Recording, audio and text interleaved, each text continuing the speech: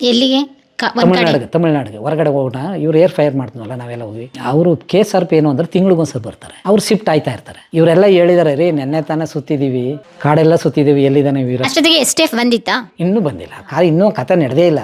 STF ಬರಕ್ಕಿಂತ ಮುಂಚೆನೆ KSRP ಬರ್ತಾ ಇತ್ತು ತಿಂಗಳಿಗೊಂದ್ಸಲ. ಬರ್ತಾ ಇದ್ರು, ಒಂದು ವ್ಯಾನ್ ಬಂತು. ನೆಕ್ಸ್ಟ್ ನೆನ್ನೆ ತಾನೇ ಸುತ್ತಿದೀವ್ರಿ, ದಿನೇಶ್ ಬನ್ರಿ ಹೊಗೇನಕಲ್ ನೋಡೋಣ ಅಂತ ಕರ್ಕೊಂಡ್ಬಂದ್ರು. ಹೊಗೇನಕಲ್ ಬಂದ್ರಲ್ಲ, ನಾನು ರಾಮಲಿಂಗು ನೋಡಿರ್ಲಿಲ್ಲ. ಚಂದ್ರಪ್ಪನವರು ನಾನು ಇಲ್ಲಿ ಟ್ರಾಫಿಕ್ ಸರ್ಕಲ್ ಇನ್ಸ್ಪೆಕ್ಟರ್ ಆಗಿ ಬಂದಾಗ ಇಲ್ಲಿ ಪರಿಚಯ ಆಯ್ತು. ಆಮೇಲೆ ಅರ್ಸು ಅಂತ ಒಬ್ಬರು ಇನ್ಸ್ಪೆಕ್ಟರ್, ಈಗ ತಿಂಗಳೇನೋ ತೀರೋದ್ರು, ಪೇಪರ್ ನೋಡಿದೆ ನಾನು. ನೆನ್ನೆ ತಾನು ಸುತ್ತಿ ಹೊಗೇನಕಲ್ ನೋಡೋಣ ಬನ್ರಿ. ಹೊಗೇನಕಲ್ ವಿಶೇಷ ಏನು ಅಂದ್ರೆ ಅಲ್ಲೇ ಮೀನು ಹಿಡಿದು ಅಲ್ಲೇ ಫ್ರೈ ಮಾಡ್ಕೊಡ್ತಾರೆ, ಮತ್ತೆ ಎಣ್ಣೆ ಸ್ನಾನ ಮಾಡಿಸ್ತಾರೆ ಚೆನ್ನಾಗಿ.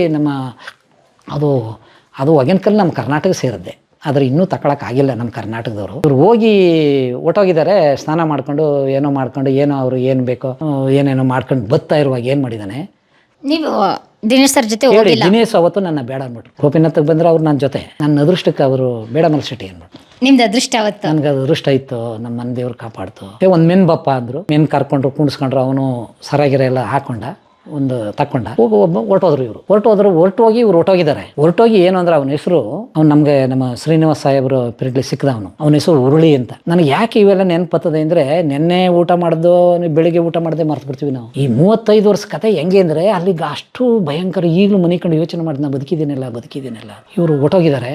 ಹೊಗೇನಕಲ್ಗೆ ಹೋಗಿ ಅವರೆಲ್ಲ ನೋಡ್ಕೊಂಡಾಗರೆಲ್ಲ.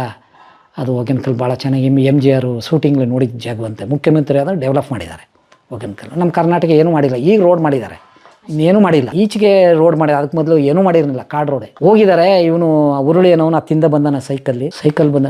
ಅವನು ಆ ಕಡೆಯಿಂದ ಸೈಕಲ್ ಬಂದಿದ್ದಾನ ಹುಡುಗ ಗೋಪಿನಾಥಕ್ಕೆ ಬರೋಕ್ಕೆ. ಬರುವಾಗ ಮೇಡಮ್ ಅವನ ಅದೃಷ್ಟಕ್ಕೆ ವೀರಪ್ಪ ದಾಟಕ್ಕೆ ಶುರು ಮಾಡಿದ್ದಾನೆ. ಅವ್ನು ಆ ಕಡೆ ಸೈಕಲ್ ಬರೋಕ್ಕೆ ಇವ್ರು ದಾಟಕ್ಕೂ ಸ್ವಾರ್ಡ ಎಂಗಡ ಪೋರೆ ವೀರಪ್ಪ ಅಣ್ಣ ಚಂಗಪಾಡಿ ಪೋರೆ ಅಪ್ಪಡಿಂಗಳ ಅಂದಾರು ಸರಿ.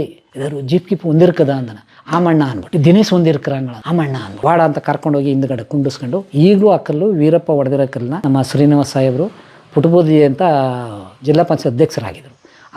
ಅವರು ರೋಡ್ ಅಗಲ ಮಾಡುವಾಗ ಆ ವೀರಪ್ಪನ ಕಲ್ಲನ್ನ ಈಗಲೂ ಉಳಿಸಿದ್ದಾರೆ. ಅಲ್ಲಿ ಈಗಲೂ ಇದೆ ವೀರಪ್ಪ ಮನೆಗೆ. ರೋಡ್ ಮಾಡ್ಕೊಂಡು ಇವನ್ನ ಕುಂಡಿಸ್ಕೊಂಡು ಸೈಕಲ್ನೆಲ್ಲ ಲೋಡಿಂಗನ್ನು ಲೋಡ್ ಮಾಡ್ಕೊಂಡು ಕಲ್ಲು ಹಾಕೊಂಡು ಕೂತಿದ್ದಾರೆ. ಅದು ಹೆಂಗಂದ್ರೆ ಪೂರ್ವ ಹೊಳೆ ಸೌತಿಂದ ನಾರ್ತ್ ಹಿಂಗೆ ಇಳಿಗಬೇಕು. ಅವ್ರು ಅತ್ತಿಂದ ಬಂದು ಬೆಟ್ಟತ್ತಿ ಹಿಂಗೆ ಇಳಿಗಬೇಕು. ಬೆಟ್ಟದ ಮೇಲೆ ಸರಿಯಾಗಿ ಕರಿಕಲ್ ಕೋರೆ ನಡೀತಿತ್ತಲ್ಲ, ಕಲ್ಲುಗಳಿತ್ತು ಎತ್ತಿ ಹಾಕ್ಬಿಟ್ಟವ್ರೆ. ಬಂದೆಟ್ಗಿನ್ ಎಲ್ಲೂ ಹೋಗಿಲ್ಲ, ಚಿಕ್ಕದು ರೋಡು, ಯಾವ ಕಡೆಗೂ ಹೋಗಿಲ್ಲ.